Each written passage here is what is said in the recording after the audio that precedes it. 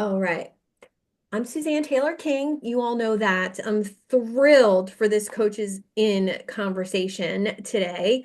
This space I created about 3 years ago, and I believe it's just gotten better and better and better with my facilitation, with the conversations that we have, and the people that I'm bringing to you. And this conversation today, pricing as a positioning statement, started from my own journey 2 years ago with Dr. Dorothy Martin-Neville as my mentor and guide through this personal and business up-level upgrade belief transformation in what I was offering. And I just thought that as I've been bringing this conversation to a group of coaches every month, this was a conversation that really needed to be had. And it's time to stop not having these conversations because of how transformative they can be. So today, I'm going to ask them some questions. It's going to be very interactive. And I would say, I will spotlight Dorothy and Mary, and we're going to get into their journey with pricing and my journey with pricing. And then I'm going to open the floor and take questions. And the more you participate in the chat with raising your hand, with asking questions, the more great conversation that we can get into about pricing. So, who's excited for today? Yes, awesome. I love to see interaction. So let me just message Mary and make sure she has the link for today. Someone just joined as Suzanne. I can't Hmm. see them yet. That was Elsa. She has to change Okay. her name. Okay. Todd, welcome. Mark, Milo, great to see you. Dorothy, do you happen to have Mary's phone number? Yeah, I do. Um, Let me go there. I don't know anybody's phone number by heart. I just say Siri call. Yeah, I can remember my childhood phone number of the house I grew up in, but can't remember my husband's phone number. Anybody else remember their childhood phone number? How I about do. your childhood bike lock combination? Yep, Hmm. yep, yep. I I remember can't remember the number to my locker, but if you took me to it, muscle memory, I could spin that dial and take it back, but only if I'm Yes, standing in front of it. yes. Totally agree. Totally agree. That bike lock combination was like drilled into my brain, not to forget. So, Seventh grade locker combination, but don't know any of my credit card numbers. yeah, that sounds about right. Sounds about right. All right. Well, let's get started. Tony, could you spotlight Dorothy and I? And when you see Mary join, you can have her join in the conversation. How's that?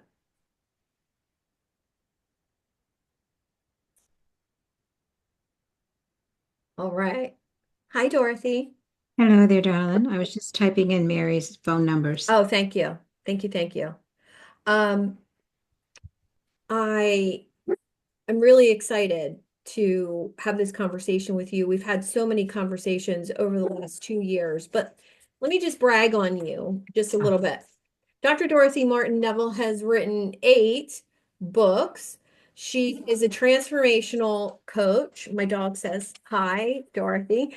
Um, and she has worked with leaders of Fortune 500 companies, entrepreneurs, and her own journey is a story in itself, from Catholic nun to international flight attendant to psychotherapist to living in the islands, teaching energy medicine and hosting retreats, and now a transformational coach for leaders.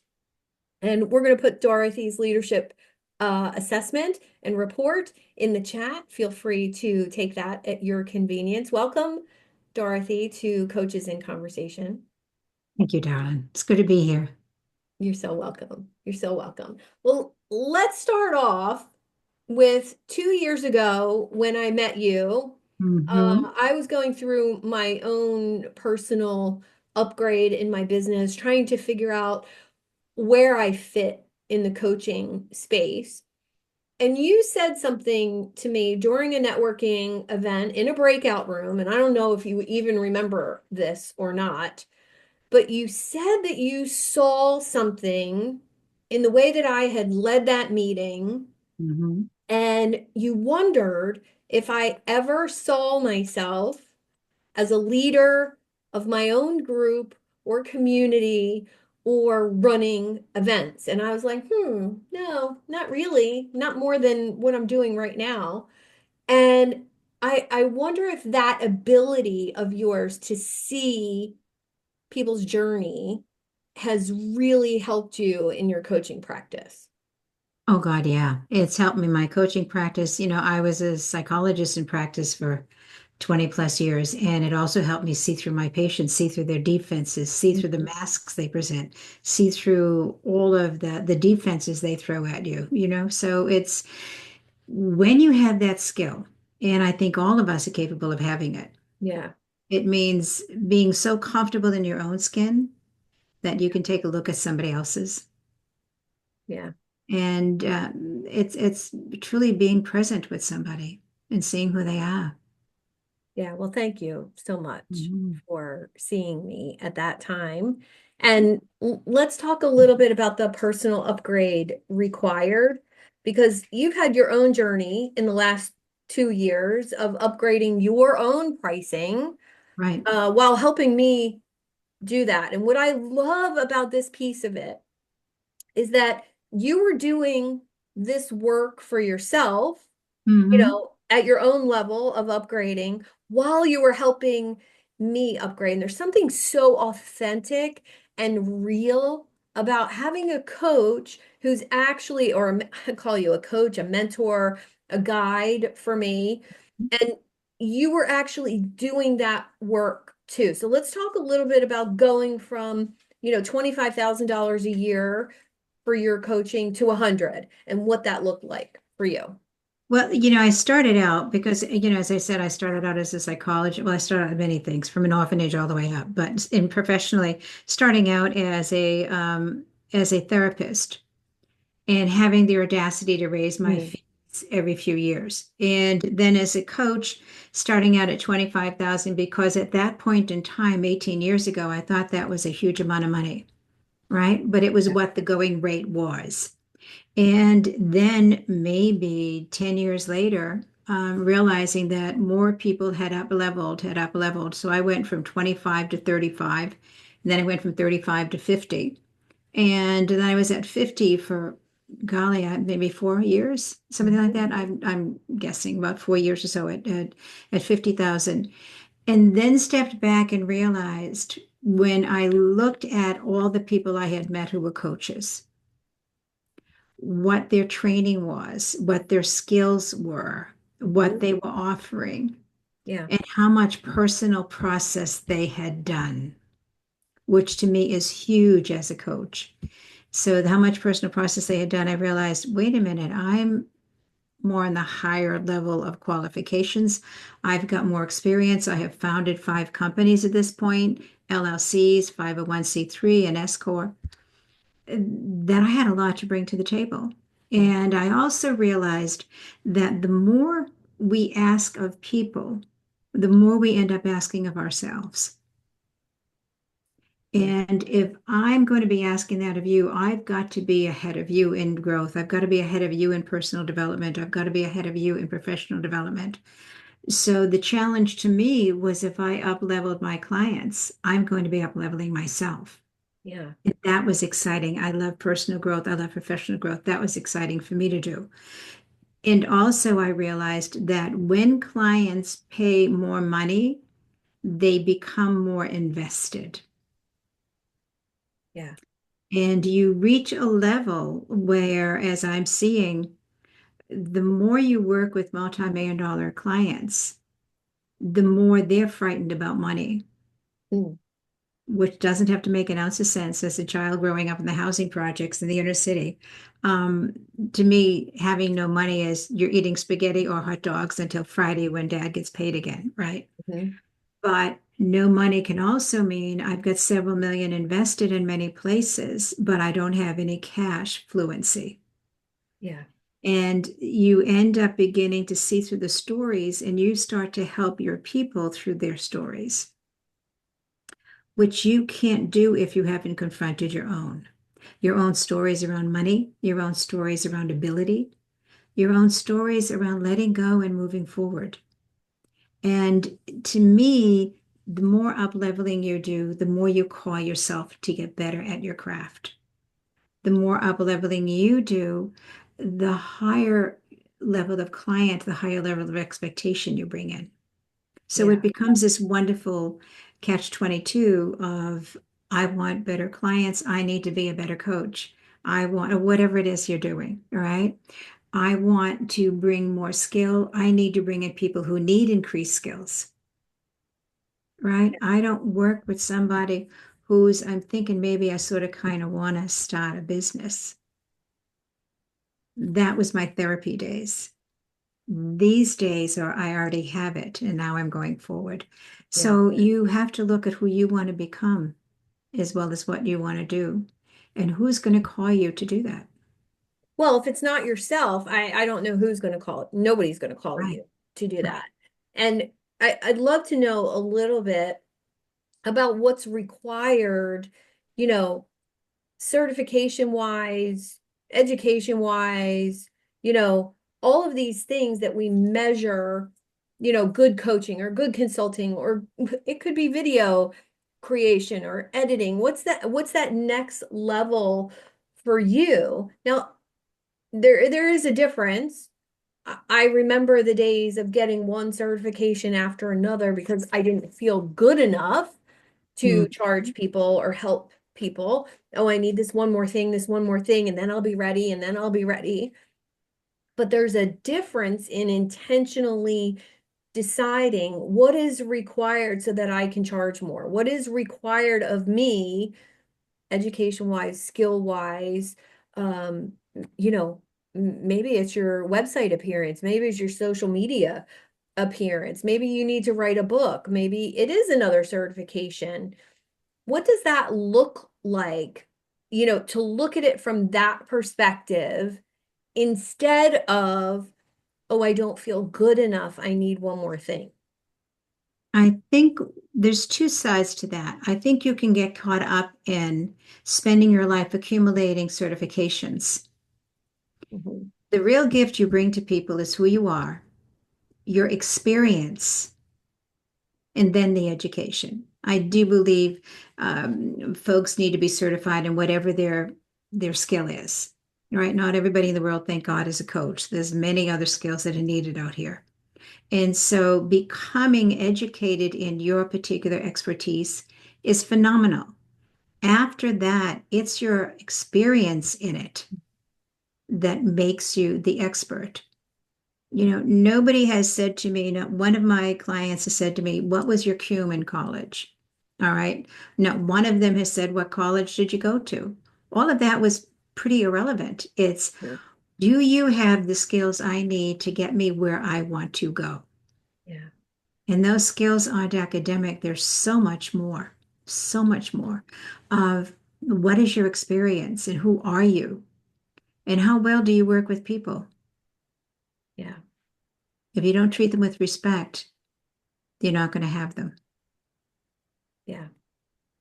And Jeremy asked a great he has this great way of verbalizing things. He said, so I'm asking, what does a provider need to feel qualified versus what a client needs to see, hear, feel, and realize about themselves to establish that authority to charge more? Thank you, Jeremy. Great verbalization. Yeah, Jeremy, because the fact is, a provider could have every skill under the sun and still not feel qualified. Yes. So and again, if you don't feel qualified, how are you going to support somebody and call them forward to a place you've never allowed yourself to go? Yeah, I love that. Tony, could we bring, I see that Mary's here. Could we bring Mary up on Bring stage? Mary on. Also? Mary's Woohoo! story is wonderful. Yes. Hi, Mary. I, Welcome to Coaches I in apologize. I Conversation. apologize for being late. I had some overwhelming meetings today. Um, so where should I start, Suzanne? Should Well, I I want to start with just you? tell everybody who you are. So, Mary is the original Million Dollar Coach, founder of the Million Dollar Boardroom. She's been a mentor to me for the past year, incredible influence on me and Dorothy as well.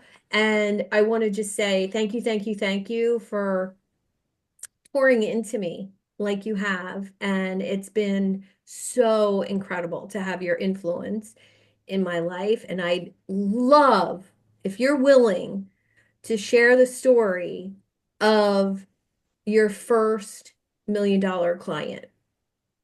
Yeah, that's my favorite I story, know it's mine Suzanne, too. because it goes to the point that this is not rocket science. I think it goes to the point of who do you need to become in order to get over there? You're Right. here, you're this person today, but who do you need to become? What do you need to change about yourself? Your belief in yourself, your confidence, how you speak, how you deal with people, how you express authority, even though you might feel, what's going on with me? I don't have authority to do this inside, you know. Mhm. So let me share a story. So it was 2008. My husband had died in 2001. He lost over $100 million, got leukemia, died, and left the family broke. And then my youngest daughter jumped out the window to her death 6 or 7 years later in 2008. And she was schizophrenic, and I was unable to concentrate.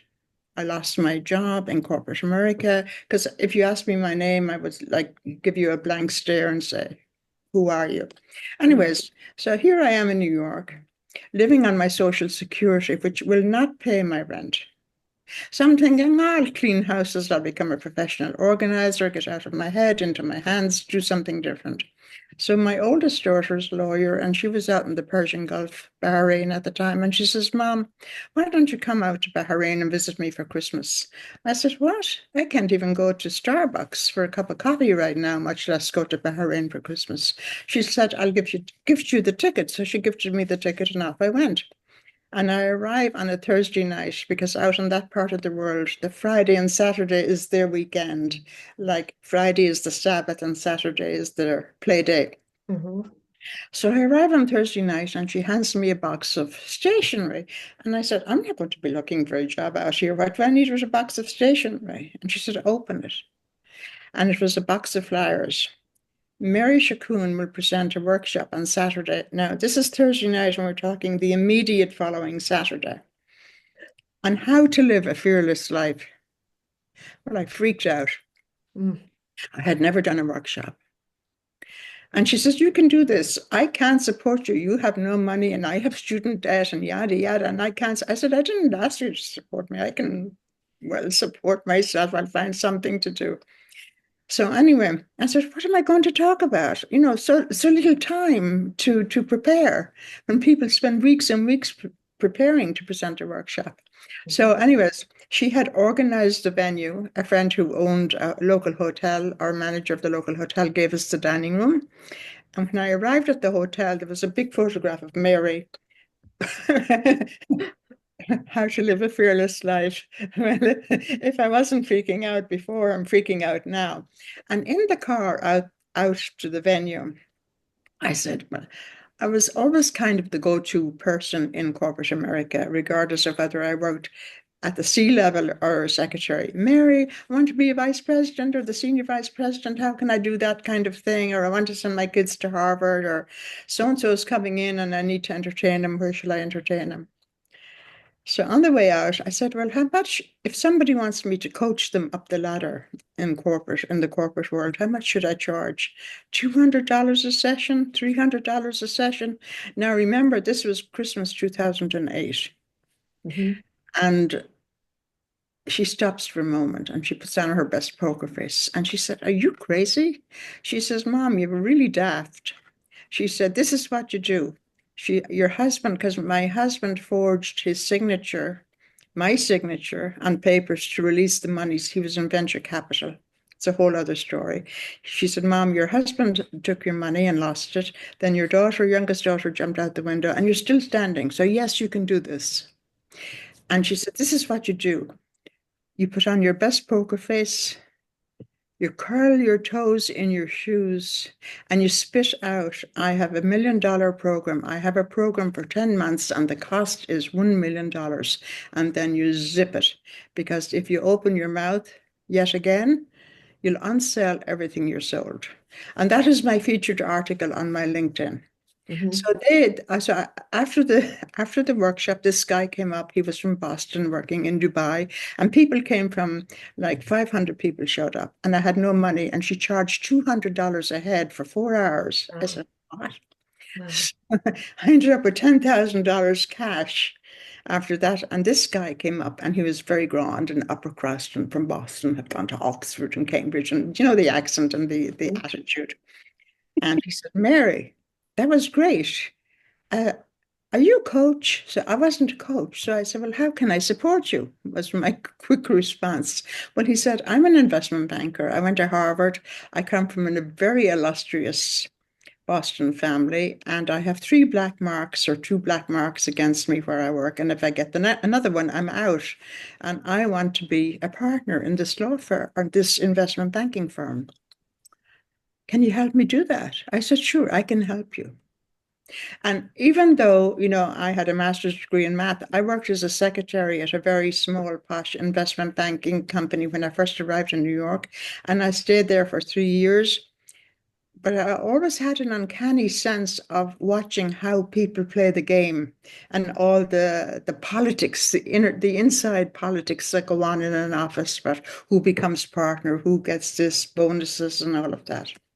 So I said, "Yes, I can help you." I said, we can start, and I can help you reverse your relationship with your boss and get a clear start and start from fresh." "Oh," he says, "that would be wonderful. When can we start?" I said, "Well, I was already, like, this was the Saturday, but I was thinking ahead. I wouldn't have a clue how to approach this client. Where in God's name would I start? I haven't worked in investment banking for like 30 years. So I needed 10 days to put a program together. In that 10 days, I reached out to managing partners in investment banks in America, in Singapore, in England. I didn't know them. Some of them I knew of, but I really didn't know any of them personally. And 10 of them came to my help, sending me Federal X packages of materials. This is where you start. This is what you say. This is how you do it. Call Wow. me if you need help. And that was how I started. Wow. So on his way out of the dining room, or the conference room, he said, "Oh, by the way, Mary, how much do you charge?" Here it comes. So Mary curls her toes in her shoes. I put on my best poker face. Very hard for me to do because I'm very giggly. Mhm. And I said, "I have a program. It's 10 months and it's $1 million." And he scratches his head and he stops to think and he looks around and he's thinking. Mhm. And you could see him thinking.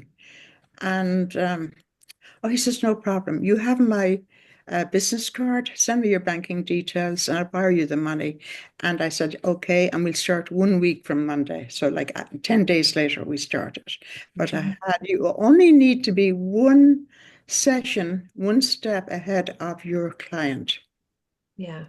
So I had all these managing partners in America helping me, get this client together. He became partner on time.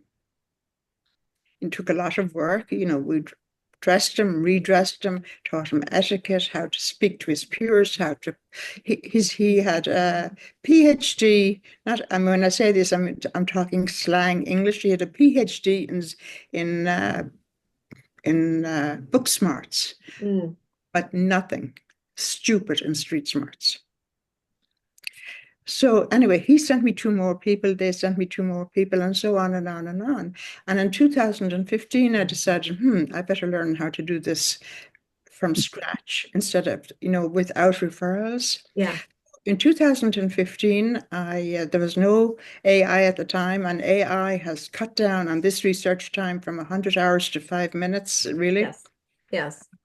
I researched my prospects, like where would I find them? I searched magazines, articles, YouTube. How do they speak? I searched YouTube to see how do they speak. Like in Ireland, we would say a baby is cute. Here they would say a baby is beautiful. But cute in Ireland means cute or shrewd like a fox. So, difference in languages and that kind of stuff. So in 2015, I was also pushing the envelope from 1 million to 3 million to see if I could do it. I did 5 hours of research every day. And on the 1st of January, I do not keep a journal. I would be afraid I'd die and somebody would find it. I wrote on a scrap of paper, it's January the 1st, 2015. By January the 1st, 2016, I will have between 3 and 7 clients pay me $3 million each. And bingo, it took 16 months. So by the end of the year, I had 4, and I think 4, and then by May, I had the other 3. Wow. And then in 2016, I did the same research with the women. Now, women have what I like to call, even the managing partners, even those worth millions of dollars, bag lady syndrome.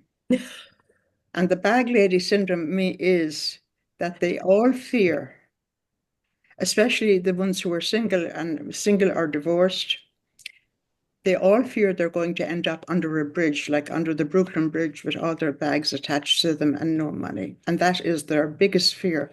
And so it's very difficult to it would take a year of coaching to get a woman beyond that syndrome. So anyway, I didn't get any women at all. I got my 7 men. Men pay more easily, more readily. Women will not part. Not the most. So last year, I got my first woman to give me $1 million. I have a program called Live a Big Life Now. And what that is about is if you want to be a global player on the world stage, I can get you there. But she was an heiress, and Daddy paid the $1 million, and there was many more of Daddy's millions behind that. So she didn't have that syndrome, but that was the only female I ever had. Wow. So I use the money for charity. I live a very minimalist life. People come into town and say, where are your high heels? I said, it's New York. Everybody wears sneakers. I shouldn't die. Yes. So it's Well, really. that's one of the things that's really amazing about you is you said something to me about being approachable, but not accessible, that ups your value. And I know a lot of people in this room have heard me say that at different times, that you are so approachable and warm. And Dorothy, same exact thing, approachable, kind, conversational, but that doesn't mean that you give away time with you, coaching with you, information with you, without somebody being a client. So it's that accessibility thing that's really important as you up level. I have in 2017 or so, a friend of mine was very anxious that his friend who had just paid Rich Litvin $20,000 meet me. I said, if he has, why does he want to meet me if he just graduated from Rich Litvin? And he said, I don't know, let's see how it goes. So we got on a call. The minute we were on Zoom, the guy, James, started, Mary, how? I said, whoa, who are you? What do you want? Introduce yourself. What's the purpose of this call? This is not a pick Mary's brain call. I charge, $5,000 if you want to pick my brain. And he had a dirty cap, a dirty t-shirt. So I said, first of all, I charge money for this. Oh, I have no money. I just paid Rich Litvin. And he said, when I get my first monies, I'll send you $3,000 to your charity. Anyway, So to make a long story short, I gave him 3 hours of everything. It's not rocket science. You have to have clarity around who your ideal client is, clarity around their problems, uh, understand them, know where they are. Are they married? Are they divorced? Or, their position. You have to have so much knowledge about them. Anyway, I gave him 3 hours. And after the 3 hours, I never got a thank you note. And days went by, no thank you note. And after 10 days, I wrote to Nate, my friend, and said, hey, I gave 3 hours to your friend. Yeah, I didn't even get a thank you. And so 2 minutes later, of course, Nate got on to James. And 2 minutes later, I had a note from James. He says, Mary, I'm so sorry for the delay, but I was waiting for the 1.5 million to pop into my bank account in Canada on Monday. It's en route. So in the 3 hours that he spent with me, I was able to empower him to go out and find the two clients and to close them, which is more important. Well, I think leads, but if you can't close them, leads are no good. well, something both of you do very, very well is you choose your clients. While you do get both of you referrals and introductions, you're also intentionally researching who those people are and saying that one, that one, that one. And that isn't really a technique you can, I mean, I guess you can teach the research piece of it, but something both of you have said to me, and I'd love both of your opinions on this, is when you do find someone that you've researched and you know you could help, when you meet that person by whatever means possible, and I know both of you have gone places where you knew that person was going to be. Mary, you sat at a Starbucks one time waiting for somebody you researched. Dorothy, I know you went to an event on purpose because there was somebody there that you wanted to meet, which required an investment of time and money on both of those occasions. And when you get to open your mouth to that person, you have to tell them what you know about them and how you can help very boldly because you might only have 2 minutes.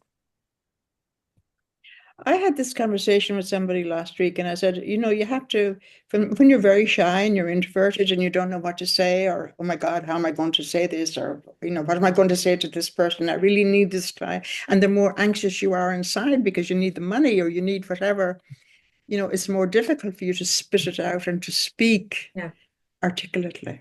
It really is. And people get themselves tied up in knots trying to make an impression, trying to super impress the other person. Don't try to impress anybody. Just be your authentic self. I went to Whole Foods that year that I was looking for the $3 million client. It was Christmas. I had my grandson with me. It was raining or snowing. I was dressed down. We got wet going over, and we're in the payout line, and there was candy. That last line, they have candies and lollipops, and the kid was looking for this and that and the other. And this gentleman behind me said, no, no, no, you have enough. You can't have any more. And then I'm Irish, so my accent always gets a comment here and there. And he says, where are you from? I said, I'm from Ireland. And he says, oh, I would love to chat with you. Would you like to have coffee with me? He said, you go and grab a seat in the cafe at Whole Foods and I'll get the coffee. So we did. We started talking and I ended up with my $3 million client. You never know where they're going to come from. Yeah. You never know. That's it. You never know, and you have to be prepared. So if somebody asked me, I said, you have to, when you get all tied up in knots inside, you have to sort of change your identity in here, meaning, who do you need to be? You have to imagine you're the Queen of England and that you know it all, and that you are going to tell this person how to run their business, how to live their life, how to undo all the mistakes they made in order to get their life on track. Yeah. It's all about identity. Yeah. And it's also, none of us know everything about everything. And so you can feel really small because you don't. Or you can recognize what you do know And as you get to know somebody, you get to know what it is they're looking for. And when you already go in with, I only do this, you've closed off because it may be that they need something you hadn't even thought about, that you're halfway there. And by the time you work with them, as Mary did, you can be fully there. You can know so much more because you took the time to grow a little bit more. And I think one of the things she really stresses always is, who do you want to become? Who do you need to become to work with the people you want to work with? Because we've got to keep growing and learning all the time. And we're not talking about certifications. Yeah. Is what do they need so that I can provide that for them? And you're going to discover you already know so much. If you've already chosen to keep becoming, who do I need to become? And you've kept that going. Becoming somebody even more isn't all that big a stretch. It's just more of the same, more growing, more expanding, and more expanding your worldview. Mm. Focus on your limitations or recognize how much you do know what your experience is. And be aware that even if somebody needs something from you and you've already done it 12 times, they may need it in a way you've never done it before. They may need something more than what you've done before. You can go there. If you're willing to keep going and growing, you can keep getting there because we can't stop. There's always, unfortunately, so many more situations showing up that we have to grow into. But Well, it's energetically, could you both speak a little bit to uh what's required energetically, personal presence being wise to become that person who does not give a shit, pardon my French, if the person across from them says yes or no. You're confident enough to know you can help them. And if they don't want it, I don't care. How do we get to that level of energetics with our boldness, with our conversations? What's required? well, you've certainly got to start. Mary, why don't you take this? I could go to I can think of 6 different angles to go at. So I think when life deals you so much shit, you become immune to what other people think. When my husband lost $100 million and we had a house in the country and a private jet and several cars and the children in the most exclusive schools in the world, and that money, that whole thing, Sunday morning, he asked me if I wanted a scotch. He said, sit down, I need to talk to you. I said, what could you need to talk to that warrants a scotch? And he was Egyptian Muslim. They're not supposed to drink, but he loved his Johnny Walker Black. He said, we need to talk. I said, well, yesterday I checked everything. Everything was fine. The house was standing. The kids are in school. You're okay health-wise. I'm okay health-wise. He said, we're broke. And within 3 weeks of that, I had no phone. I had to gather quarters or pennies to turn into quarters to make a phone call. And no food. By the same token, with all of that said, not one person came and said, Mary, are you okay? Wow. Not one. I'm sure my husband went to food pantries many times because now that I look back, when you're going through it, you miss a lot. But I'm sure he went to food pantries because now when I look back and I was thinking of the food he brought home, it's not the stuff we normally buy, I would normally buy. So he must have gone to a food pantry to collect it, to get it. That's how badly off we were. But by the same token, while all of that was going on, I had 3 children in school, in private boarding schools, 2 in Switzerland, 1 here in America. I was paying $200,000 a year plus for education, and I was able to keep them in the same schools as if nothing had happened, even though we had no food on the table at home. Wow. And nothing interrupted their education, as if, I didn't allow anything to interrupt their education through university.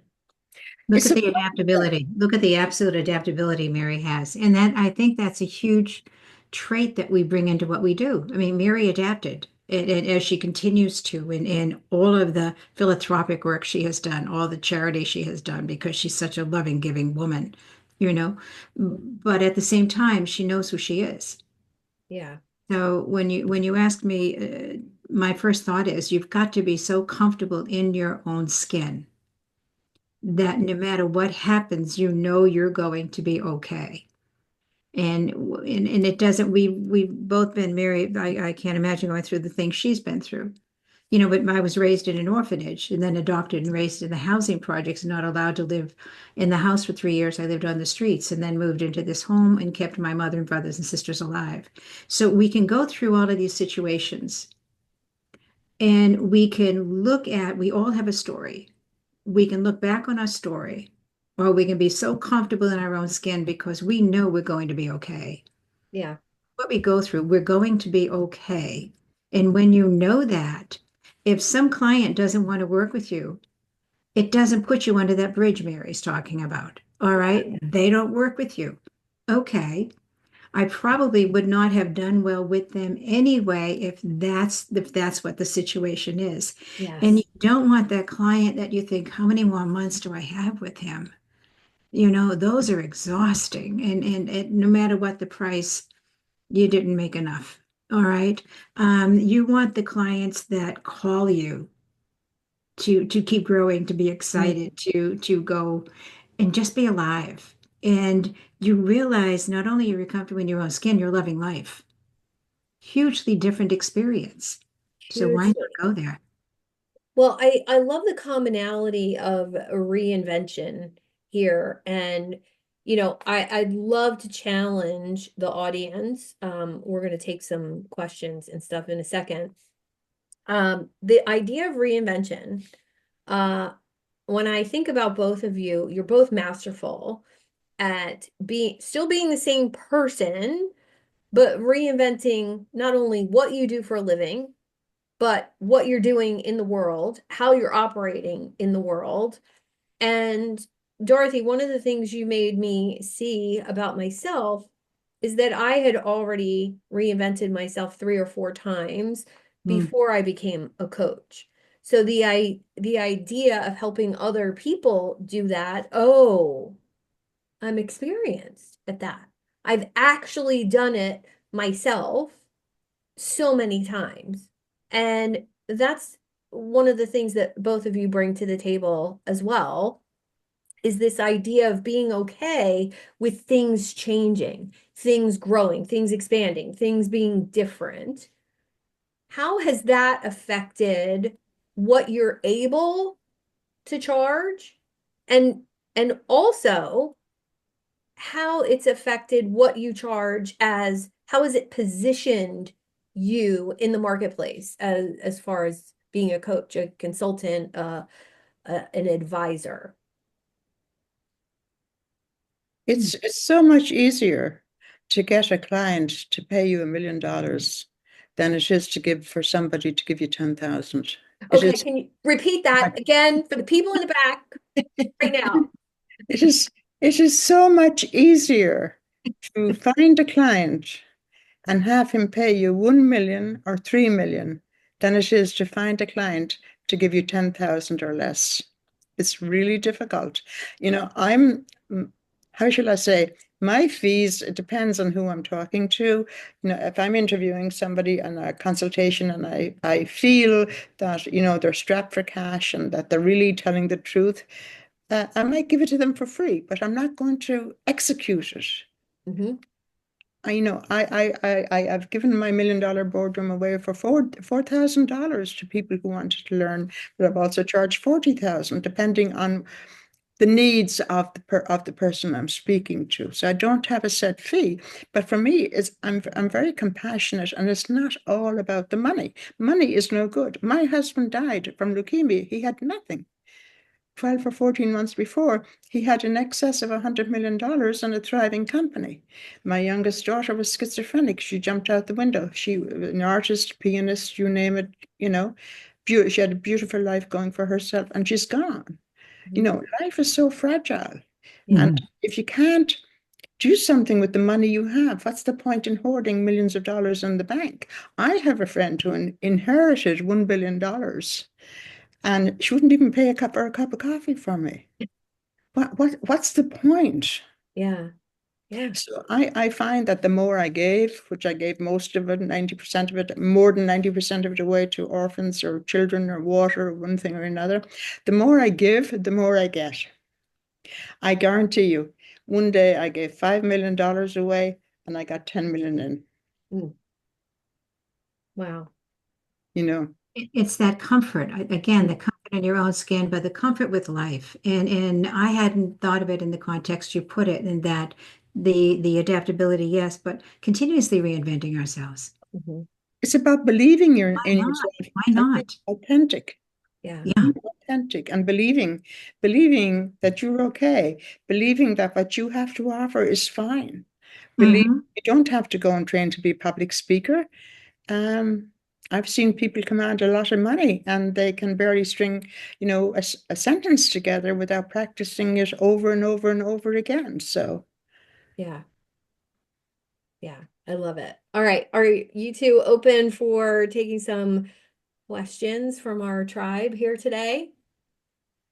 I'm open. Go right ahead. Awesome. All right. You can, Tony, you can take us off a spotlight, and please raise your digital hand if you would like to ask Dorothy or Mary a question, or me, or all three of us. Robert.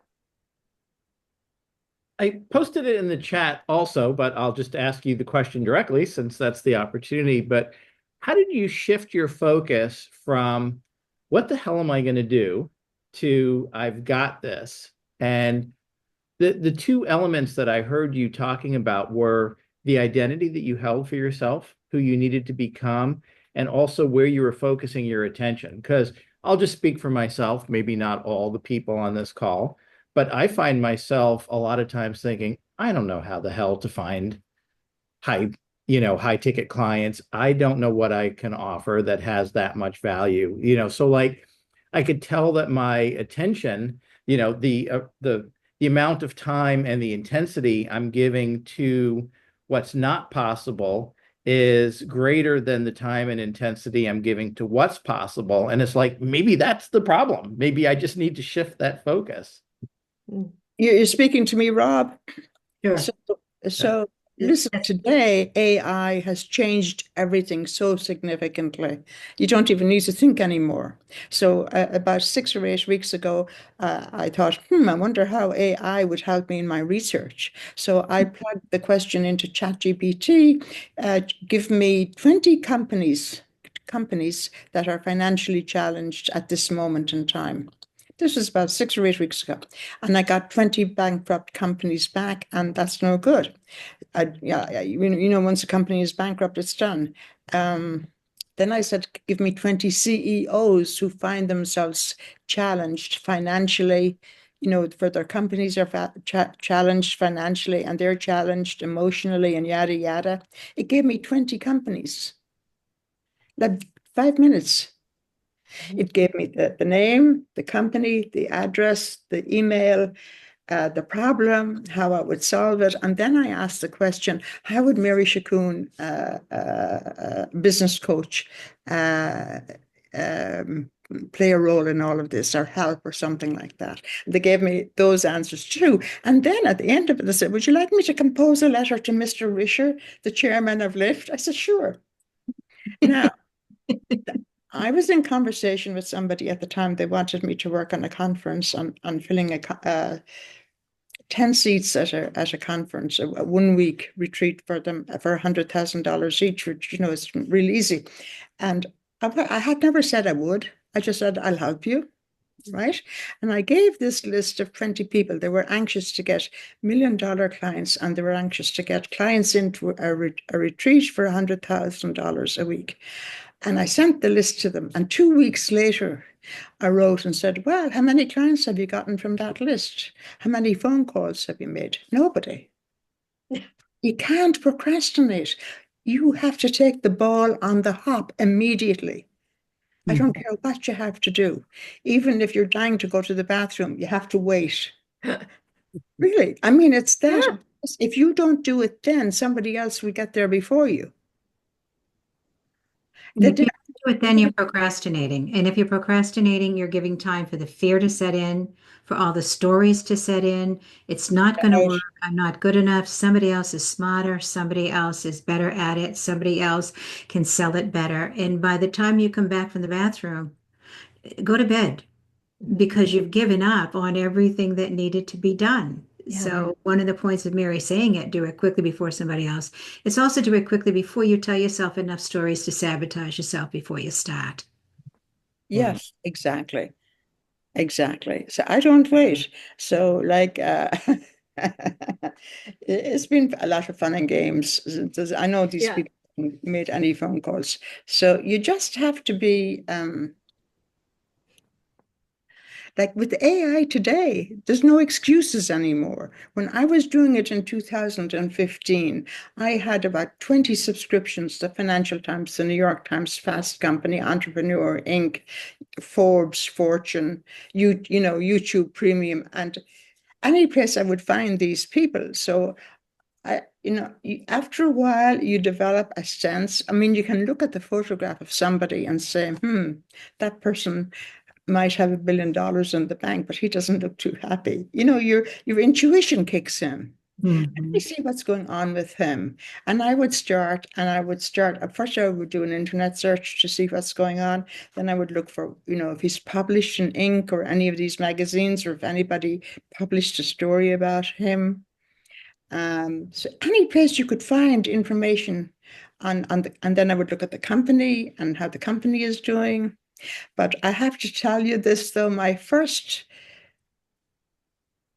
order of things is to look at the Fortune 1000 list and look for companies that have slipped down. Let's say a company is number 101 and it has slipped down from 101 to 151, say, over the course of 3 months. Why? What happened? What's the chairman doing that he allowed it to slip 50 places? And let me tell you, when you find that chairman, you will find he's having 3 affairs. He has 3 mistresses as well as a wife. His wife is in menopause, so there's no sex at home. So he has a mistress in Singapore, in Thailand, and Paris, and he's paying each of them $3 million for the love, for the fun of it.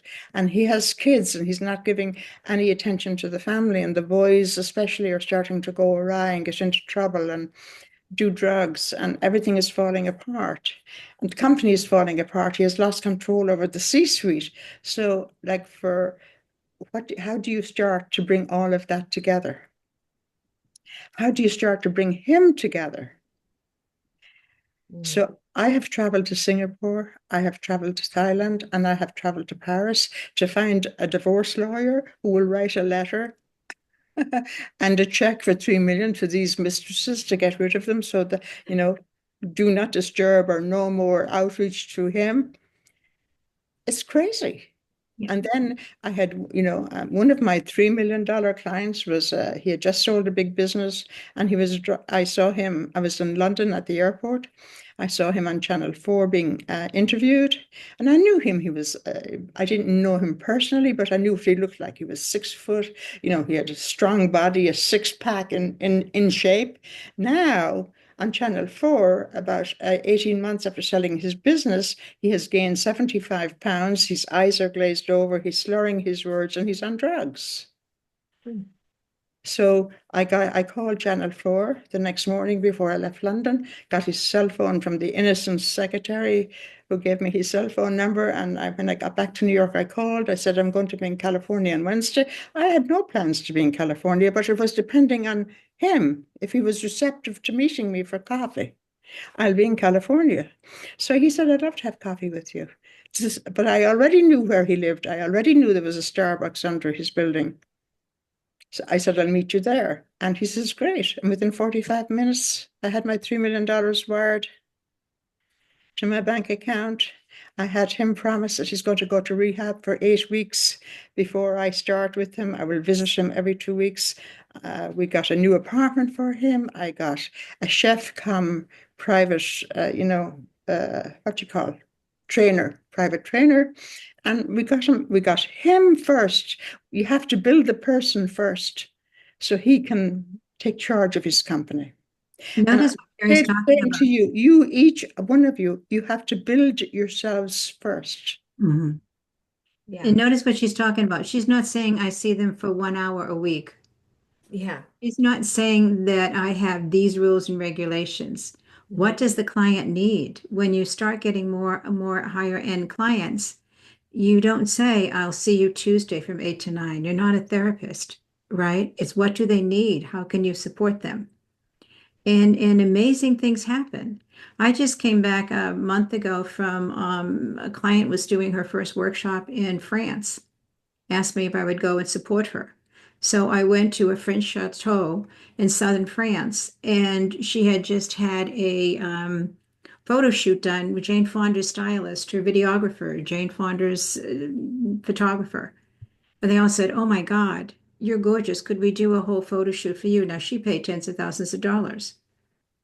They did an entire photo shoot for me, and I did not pay tens of thousands of dollars. You never know what's going to happen, but you have to back up and look at, I'm not doing an hour a week. I'm not doing an hour twice a Right. month. You know, what does your client need when you go up higher level? You have to know what do they need and how can you support them? Because it's about them, it's not about you. But And never also, go you need against to know never go against your what you integrity. can do. Yeah, you need to know what you can do for them. Like, I'm not a drug rehab coach. I wouldn't know where to start. So for me, it was better to suggest you go to rehab and deal with that there, and I'll take over. Yes. Yeah, Stephanie just asked that in the chat. How do you then communicate your services? And it's exactly that. If you are labeled as a business coach and you're going to transform somebody's business, but their life is a mess, they're overweight or they're on drugs or their family's a mess, they're going through a divorce, so they have 3 girlfriends across the world that they're paying a fortune to. Those problems have to be solved first. And if you're not the person to do that, that's where having great referral partners, great people to bring in and help you do that, but you're the person who lands the deal. You're the person that gets the client, takes care of the client. And just like Dorothy said, it's not about seeing them every Tuesday, 8 to 9. This is much more intensive than that. I love that. Let's go to David Visco. Question. Hey, this has been phenomenal. It's great to meet you, Mary, finally. And hi, Dorothy. I actually have a question for Dorothy. You had mentioned that a coach should work on their coaching skills, and that's something that I'm saying to Suzanne often. Like, I want to be the best coach I could be for my coaching clients. And I was wondering if you had any tips in particular on that subject and how I can improve my coaching skills. Being the best coach you can be is being the best you can be. All right. And when somebody shows up and says, it doesn't matter what they present with. It's not always what you're working with. It frequently is not what you're working with. Mm. They show up with this. Somebody says to Mary, I want help getting this job. Well, that's great, or getting into this level. But to get to that level, what they really need help with is this, this, this, this. So she said, I taught them how to eat, taught them how to dress, taught them how to do. They don't say to you, I need help learning how to dress. I need help learning how to trust you. When you work with them, what do you perceive they need? So it's opening up your ability to see what can't be seen, to hear what's not being said. It's Gotcha. up your ability to truly be present with your client who needs something. And when you're truly present to them, you're going to provide more than they asked for because they didn't even know what to ask for. Perfect. It makes you a better you, which makes you a better coach. Love that. But I'm not a trained Thank coach. you. Oh, Yeah. say that, No. Mary. I did NLP and hypnotherapy. So I rely on those and common sense, what I like to call uncommon common sense, but common sense. Goes a long way. It does. Thank It you very does. much. Great question, David. Faison, let's go to you. I'm truly grateful for such an amazing session. So my question is from both Dr. Dorothy and Mary, that what should be the process to determine the right price for my premium services.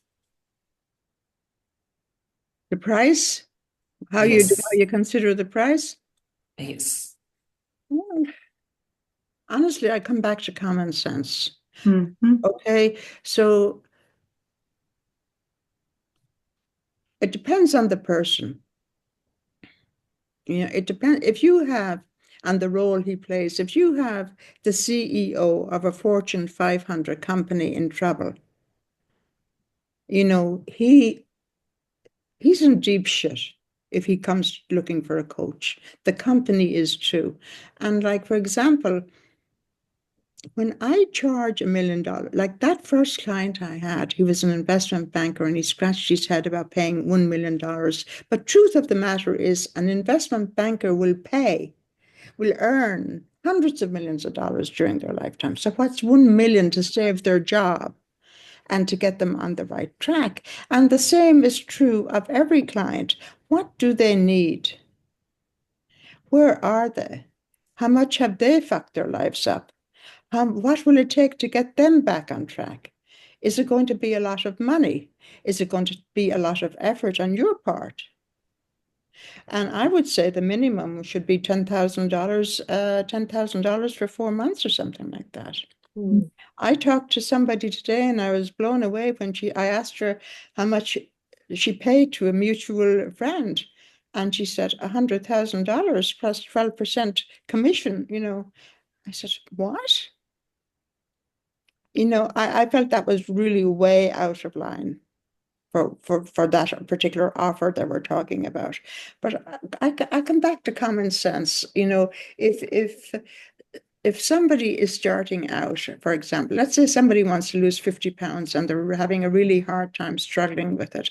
Well, losing 50 pounds to them will make them feel like $1 million.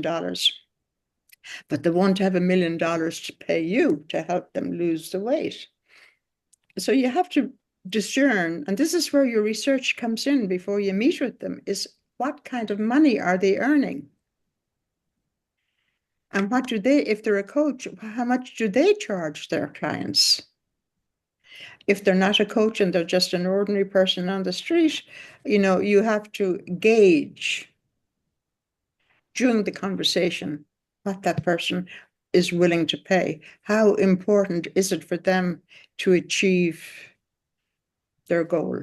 Yeah. But I'm not all about the money when it comes to the average person. I said, I'll give it to you. I'll give you everything for free, but I'm not going to make the phone calls for you. Yeah, I would like to add to that knowing your competition is key. Who's the highest priced paid person who does what you do? Whether it's coaching or consulting or any kind of done for you services, where do you want to fall in that market? And I have said this 1,000 times. Do you want to be the cheapest person who does what you do? No. Do you want to be mediocre in the middle? Or do you want to be high end, top 4% of people who do what you do and just make that decision? And then do your research, know who those people are. And like Mary said, with AI, you can do your research very, very easily. And it's not about comparing yourselves to other people, but you have to know what's being offered in the marketplace in your zone. Love it. Thank you, Mary. Thank you, Dorothy. Welcome. We have time for one more question. We'll go to you, Clay. A lot of pressure to bring it home. Yeah, bring it in. So thank you both so much. The term mind blowing gets thrown around a lot. I would say this was very mind expanding. So thank you for that. I did have a quick question for Mary, and then I wanted to share an observation I made today that sort of dovetails really well with this. Mary, you used a term that I just would like to understand better. Take the ball off the hop. Is that a cricket reference, or I don't know. It's an Irish expression. I'll have to ask Perplexity Take the for some. ball on the hop. On the hop. The hop. Got it. Like imagine the ball, the tennis ball, is bouncing off the street and you take the ball once the ball hops up to you, you hit it. That's really what it means. It means don't procrastinate. Yes. The beauty is I don't know what it means, but I knew that's what it meant. You know what I mean? So thank you. So the observation that I felt like you all were cementing, I did a presentation today for a group of realtors, and it wasn't on AI, but a part of the presentation was talking about AI, and I blew their freaking minds, and I had no idea that I would. And what that made me reflect on is I take for granted the things that I know aren't that special, you know? Mhm. And so I walked away from that thinking, hey, dummy, maybe the things you know are kind of special, you know? And then to hear you guys reinforce that, I felt like I thought of all of us on the calls and all the groups that we're in these groups and we're investing in improving ourselves and improving our knowledge of these things. I take for granted that everyone's doing that. And to know that I could deliver value, I mean, like, you would have thought that I had defied gravity. So anyways, I don't want to over elaborate, but I just wanted to say No, it's great. this but really solidified that for me. So thank you both. It's great. It's great. Your You know, knowledge what- is special. And it's not always just even what you know, it's how you express what you know. Mm. All right. So how you express what you know is extremely important. When you sort of kind of want to share something with somebody, they have an opinion, right? When you have something to say and you can say it, that is heard in a dramatically different way. Yeah. Beautiful. So know what you know, but be really comfortable owning it. We're back into what we started with. Know who you are, own it, and then look at where you want to take it. Because how can somebody have faith in your ability to take them where they want to go if it looks like you've never had the strength to take you where you want to go? Right? Yeah, that's a great mic drop moment right there, Dorothy. Thank you. Thank you. I want to wrap up with Dorothy's link to her leadership assessment and Mary's link to her $100,000 retreat program. They're both in the chat. Save the chat. If any of those interest you, I'm happy to chat about it. They're happy to chat about either of those offers. And I would like to now go around the room and do my famous, what was your takeaway from today? I'm recording this, so these little sound bites that you give are so perfect for future content for Dorothy, for me, and for Mary. So let's go to Tony. What's your takeaway from today? First of all, I see this circle of life thing happening. Where, I see this a lot in my spiritual life, but to see it in my professional life where, you know, what Dorothy and Mary have poured into you, Yeah. you poured into me over the years, and everything you said that they did for you, you do for me. And it's just an amazing, beautiful thing. Oh, I And love that. that's all I'll say there. Yeah. Thank you. Thank you for that. I appreciate you. Charlotte, takeaway from today. I agree with what Tony said in the fact that you have poured into me since I've known you, and to watch these women that have poured into you is fantastic. A couple of things they have been, thank you, Dr. Dorothy. Thank you, Mary. It was great to meet you. Dorothy, one thing that you said was as you get to know someone, you begin to learn what they need. And so that just highlighted to me that I need to be asking those great questions and listening, which is what I teach other people, but I need to do that myself. And if it's okay, Mary has now an example in my presentations, although I won't use your name. I teach on intergenerational communication and about trying to discredit some of the stereotypes, and the amount of research and technology that you use to get to where you are right now is just phenomenal. I will not be so rude to ask your age, but we know that you're probably not in the Gen Z 20 something age group. And so I will love to use you as an example of just a phenomenal person, still thriving, still learning, still using technology, and still blessing other people. I'm happy to share my age. I just had my 80th birthday. Oh. Well, do you mind if I share your story if I don't share your No, name? you can Because share my name I too. present to multi-generational groups, and you're just a great contrast to that stereotype of what folks in your age group would typically be doing. Yes. So thank you for that. Yes. There's a contrast in every age group. Yeah. Every age group. Yes. Gives me my run for my money. I love it. I love Thank it. you, ladies. Yeah. Tina, take away. Oh my God, I have so many pages of notes. It's the first time that I've met you, Mary. Dr. Dorothy, I've known you for a while. Every time you just bring such brilliance. I just love who do you need to become is for me, because I'll be honest, I've had that scarcity money mindset that I've had to work on. And I'm fishing, I think, in the wrong pond because I'm getting a lot of broke people. Yeah. They don't have money even for like $47. And so I'm up leveling myself, and this is why I'm so proud. I love Suzanne because I feel that this community is up leveling me, and I need to raise my own self. And I have a lot of experience, and I need You to do. own it. I don't feel that I share that enough. So You Well, have to all I get have to say about you, Tina, is that if you helped somebody who has a $30 billion company who just exited start their own business, nonprofit mission in life, that's worth a freaking $1 million if I ever knew it was. And if there's anybody capable of doing it, you are if you believe in yourself. I do believe in myself, and I just need to like really embody it and just own it. And Yeah, yes, thank you so much. you're welcome. You're welcome. Nathan, take away. You're on mute, sweetie.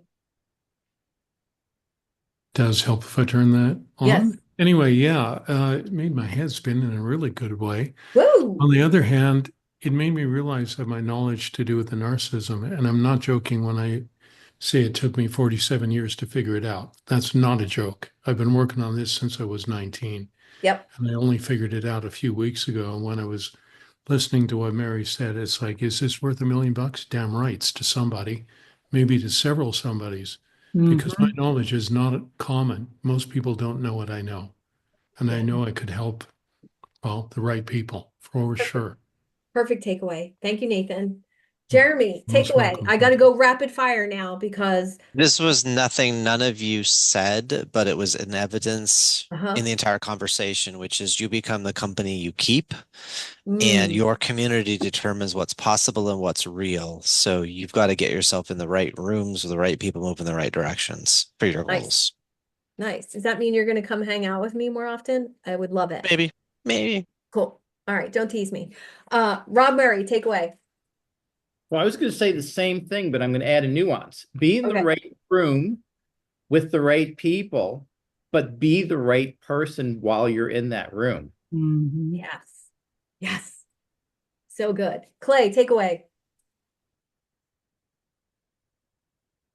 You only have to be one step ahead of your client. I love that. I've never heard it articulated in that manner, but I feel like my whole career I've only been one step ahead of my clients, but now I'm happy to know that that's a important skill. But really, that's such a beautiful, like beautifully articulated statement. I have stolen it forever now. Thank you. Perfect. Love it. Let's go to Sherry Torres. Takeaway from today. Yeah, I just posted mine in the chat, but I also was very encouraged by the confirmation that you don't have to know everything. You just have to know a little bit more than they do. And actually, I remember that when I worked in a knit shop, you just know how to teach them how to cast on. That's all. And then move on. And also, just wanted to mention to Rob as well, one of the things that I picked up from both ladies is that there's a lot of this that's just totally out of our control.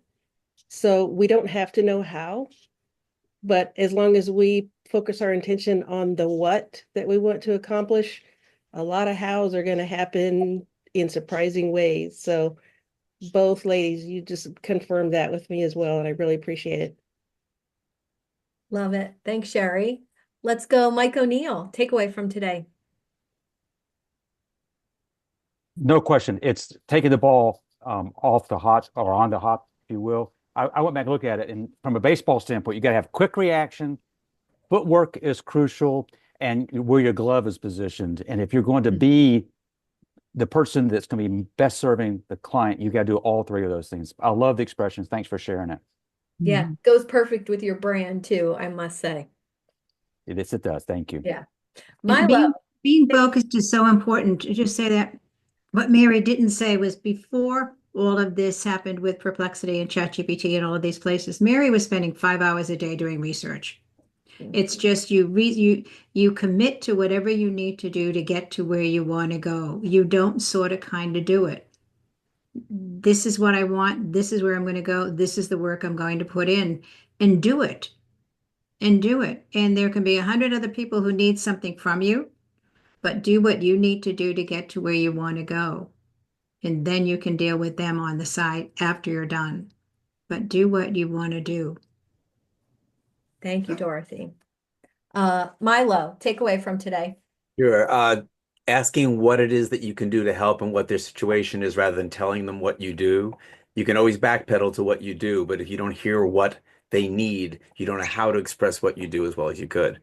I still got to work on the AI thing where I tried to pop over and do a little of that, and I couldn't figure out how to get any names out of that. So that's a whole nother story for me, but at least it's a place to start. 3-day challenge coming soon from STK on how to do that. So hang around. You'll get the notification on that. Sherry Stockton, takeaway from today. I don't know if I can articulate it without getting emotional, but I would say that I don't always value what I know, so I don't charge what I should. So that's it. Okay. You're in the right rooms now, girl. Got you. Let's go to Andrea. You have takeaway from today. Okay. Hello. So for me, it was if you procrastinate, you give place to fear and doubts to settle in. So yes. Beautiful.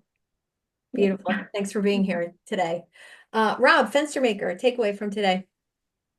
You know what? We're all an expert in something. And once you embrace your expertise, you determine your value. Once you come up with that figure, 10x it. Love that. Kim, takeaway from today. Well, first of all, I teared up during Terry, and now I'm almost flat out crying. Because when I joined this, I was talking $300 for things. When I talked to SDK, she's like, you know, tough love is you got to start thinking $10,000. And after today, it's like, why would I think of anything less? You know, then even more. And I wrote in the chat, you know, I mean, it's just whatever I'm ever thinking, I'm going to multiply it by 3. And I know that should probably be 10 or 5 or something, but the biggest takeaway, you know, is also the fishing. There's been a lot of fishing references, but I fish in the ocean. I just keep putting stuff out there in the ocean, and fishing in a barrel is where I need to be. And I'm going to really refocus on that. Love it. Yeah, Mary told me one time, just add a 0 to everything you're thinking. Or 2. I love it. Cheryl, takeaway from today. I saw you laughing at one point, and I saw the smile on your face, which made me so, so happy. Yeah, so this is my first time here, obviously, maybe not obviously, but obviously my first time here, and I came in a little late. I apologize for that. But my big takeaway is I'm clearly not in the right groups, and not really in any groups. So I'm looking forward to kind of getting more involved with some of your groups, Suzanne, because I think that's really going to help me with mindset and action taking. So that's going to be a key for me. Beautiful. Well, I believe in you. Thank you. You're welcome. You're welcome. Jason Croft, takeaway from today. So many, of course. The biggest thing that hit and just kind of the wave of it is just relax a little bit too and zoom out. And that was the energy I got from Dorothy, from your stories, Mary, from your stories, from, we get hyper. I do this thing for this client at this time. And here's my, like you said, I meet with them Tuesdays. Like, relax, take in what that person needs across from you and operate from that space instead of this fixed blinder. It's like, it's kind of a dichotomy because you gotta be focused like Mary is on the research and the this and learn your craft. But then when you're in front of that person, relax, widen out, be open. Yeah, love it. Thank you. Sarah, you have a takeaway from today for us. Yeah, I really like the approach of like really kind of leaning in if like you don't if the client's not the right client for you, and it like, you know what, like it would have been a lot of work and that would have been a like an in ways that were not good for you. And I also really like the idea of owning your expertise and really kind of knowing who you are and owning that. I think it's just really empowering. Thank you. You're welcome. Rob Murray, do you have a takeaway from today? Me? No, I said Rob Murray. Yeah. No, I shared it with the nuance of showing up as the right person, because I really do think that a lot of the issues that we have is the story we have of the identity, like I'm not worth, or I can't, or I've never been able to. And then that becomes so embedded in our identity that we stick with it almost stubbornly when, the stories that Mary was sharing was basically just like, I just went for it. Yeah. Like, it's like the only difference. Just went for it. Yeah. Love it. Patty Farmer, you're not on camera, but can you share your takeaway from today? If not, not a big deal. All right. Well, thank you, Dorothy. Thank you, Mary. I appreciate both of you just so much. Thank you for being here today. Thanks for pouring into me and my group. And this is the ripple effect that you've had.